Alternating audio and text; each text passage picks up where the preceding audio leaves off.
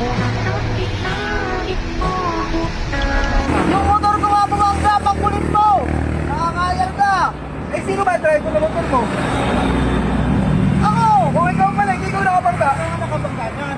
Pero hindi ako bumangga! Yung motor ang bumangga, hindi ako! Kuya ba? Nakakayar ka eh! Kuya, lasing ka ba?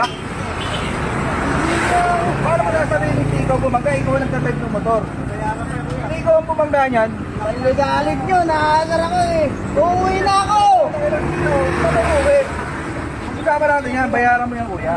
Uuwi na ako, kuya! Bayaran mo yan. Papaya na ako! Hindi ako nagaligay! Wawa naman si kuya, paano yung Bayaran mo yan kuya, tinan mo yung nagsasamit yun. Ano na lang? Binangga mo eh, dapat Hindi niya nga ako bayaran. ang bumangga dyan eh! Yung motor ko nga bumangga, bakit babang kulit mo? Eh, sino ba driver ng motor mo kuya? Ako ang driver! Pero Hindi, yung ikaw ang motor ang bumangga. bumangga! Nakakadar ka!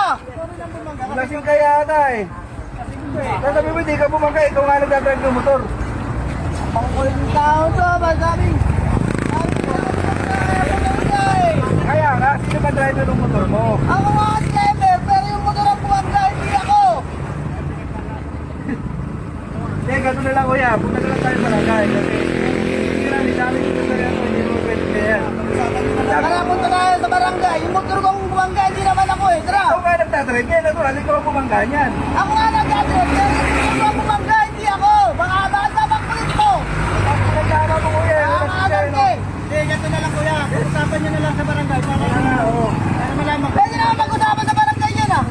Pero ikaw bumangga niyan. Hindi ako bumangga! Motor ko nga yung bumangga! Bakit babang kulit mo? Nakakadar ka! Punta na lang tayo sa barangay, oh. Tara, sa barangay, ano ba? Sa tama mo, lasing ka eh. Tayo sa barangay.